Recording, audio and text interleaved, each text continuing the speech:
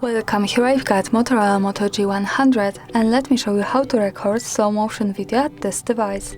So let's start by tapping on the camera button to open it, and for now we are on standard photo mode, so we have to change it by using this settings bar and just simply going to right to more modes. Let's focus on video 1 and pick slow motion. So here we are, now we can start recording this type of video by simply tapping on the big shutter button at the center. We can also tap above shutter to get access to more options about slow motion.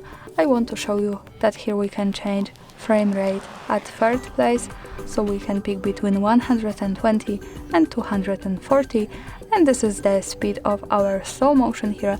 Let me stay for example on this one and let's start recording to show you how it works.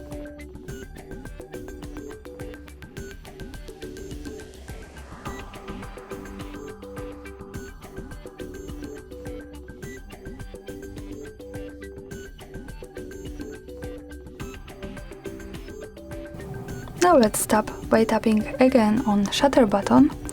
To see the video, let's go to the right one that follows us straight to the gallery, and here we can play our slow motion by using center button.